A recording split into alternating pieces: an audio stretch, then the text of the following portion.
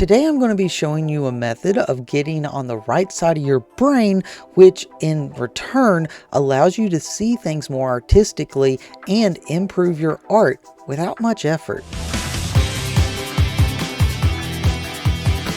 The main purpose for this assignment, or even this lesson in general, is to see what side of the brain you're currently on and train you to be able to switch between the two different sides of your brain to better help you at art and possibly even studying in general for other topics. Now, before we get started, I will have a short test for you. This is a drawing test, and it only takes 1 minute, but you will need some paper and a pencil. So go ahead, pause the video, and get yourself some paper and pencil. Are you ready? Got your paper and pencil? Okay, you will have exactly 1 minute to draw this. You may begin.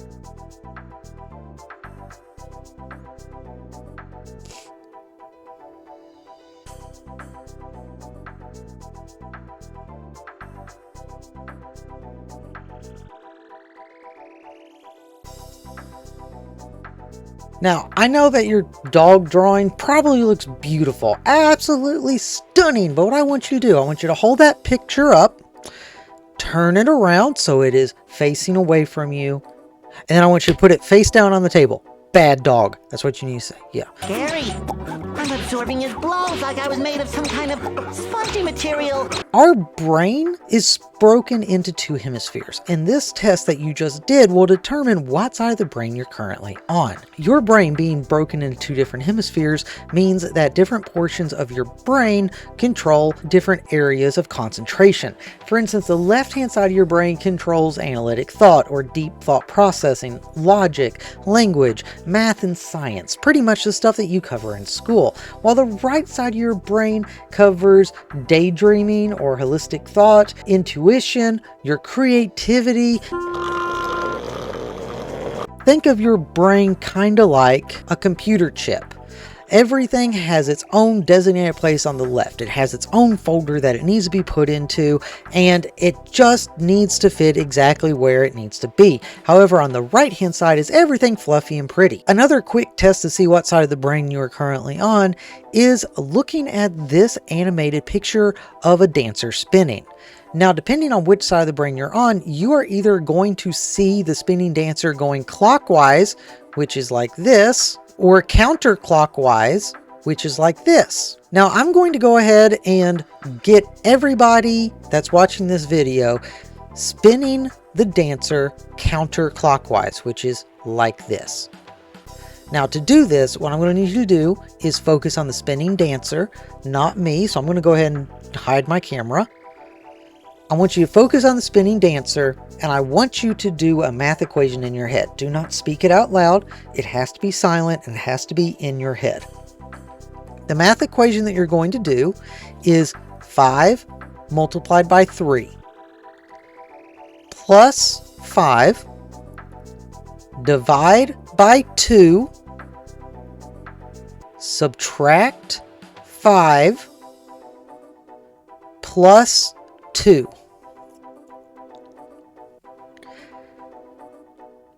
If you actually thought about that and you spend some time thinking about the math equation, you should now be seeing the spinning dancer going counterclockwise, which is like this. Now, if you don't see the spinning dancer doing that, it's probably because that math equation was too easy for you and you didn't really have to think about it that hard. Now I'm going to get everyone spinning clockwise, which is this way. To do that, same steps as before. Focus on the dancer, and what I want you to do is vividly visualize what I'm going to tell you. That means that I want you to picture it as crisply as you can in your mind. I want you to imagine that you are in a field and there's grass growing up around you. Off in the distance, you can hear a stream with water going over some rocks. And you see the stream, and then you see butterflies around the stream. And then further off in the distance in the field, you see a hill with trees on it, possibly even a small mountain.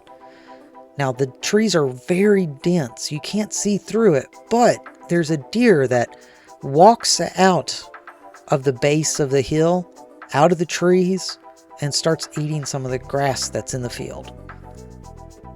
Now, if you vividly thought about that and you actually pictured it in your head, you should now be seeing the dancer going clockwise.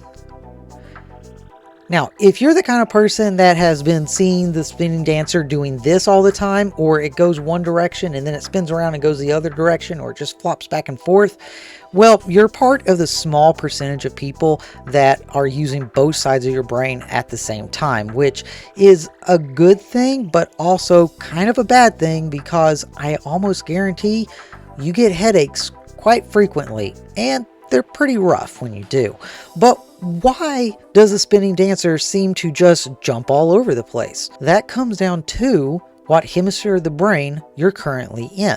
Whenever you're using the left side of your brain, you're going to see the dancer going counterclockwise. The left side of your brain uses mathematical thought and language, so whenever you were thinking about math, you saw the spinning dancer spinning counterclockwise. If you're using the right side of your brain, then you're going to see the figure going clockwise, like this. Whenever you were vividly thinking about this, then it started going clockwise. Your brain is very good at filling in empty gaps. If it doesn't understand something, it's going to try to understand it.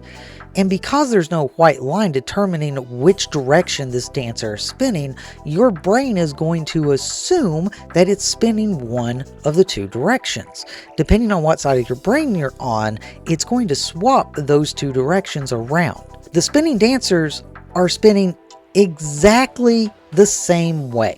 The only difference in this is the white line that is telling your brain which direction that it's spinning. In a moment, this is going to stop and you're going to be able to see that the hand is in exactly the same place, as well as the foot is in exactly the same place, and the ponytail is in exactly the same place in both of the spinning dancers. So even if you're looking at it spinning to the right or clockwise, or if you're looking at it spinning counterclockwise, they are both spinning the exact same way. The only difference is the white line. So how does this information pertain to you? Well, your brain is like any other muscle in your body. If you work out that muscle, it's going to get better at certain things. And the left side of your brain is worked constantly in school because it covers mathematics and science and language and things like that. Basically, everything you need to be successful in life is covered in the left side of your brain. The right side of your brain is your creativity, and well, it's not practiced very much. But not only that, the left side of your brain, if you remember, works like a computer chip.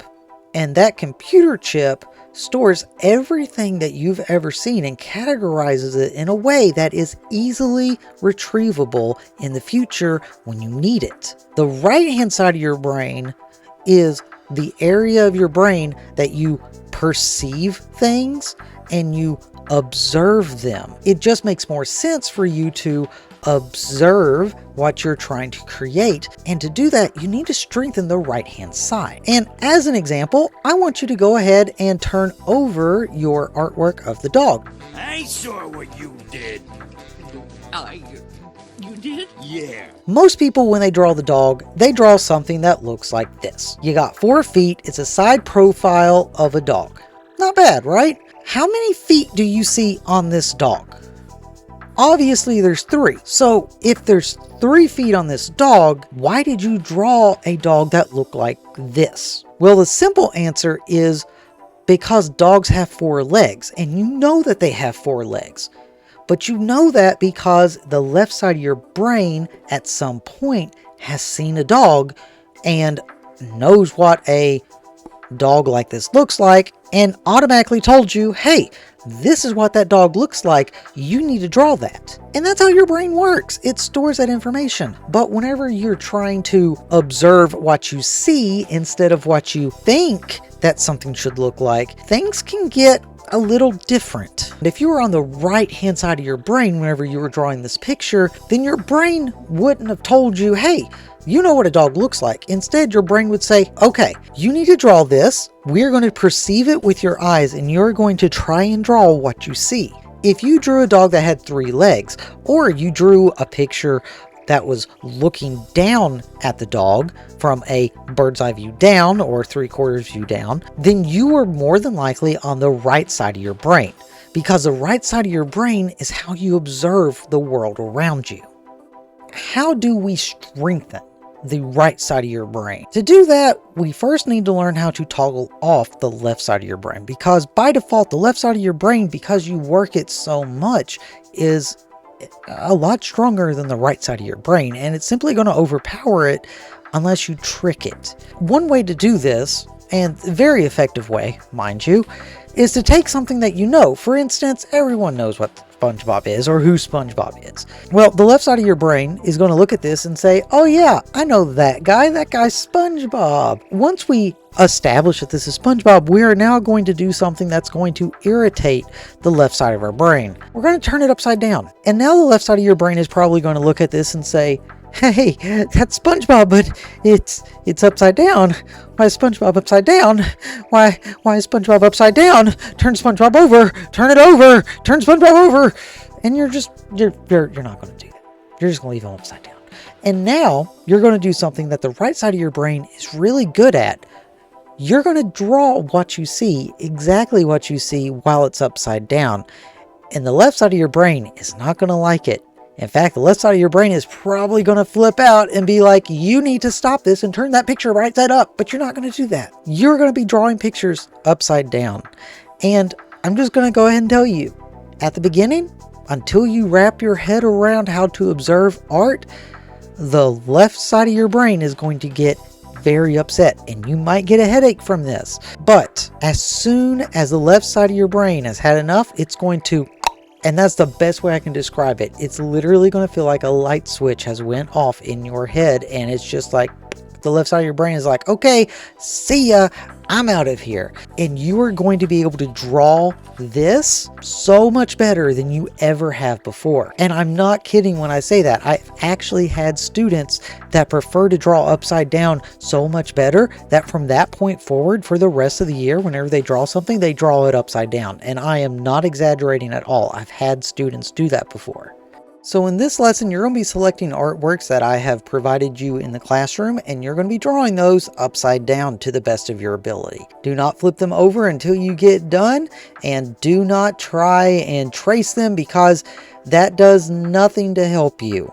Literally does nothing to help you. All it's going to do is get you a 0, because the only thing that you have to do, draw it upside down. I'm not looking for it to be perfect. I'm looking for you to actually try to do the assignment. Thank you all very much. I hope you enjoyed this lesson, and I'll see you in the next video.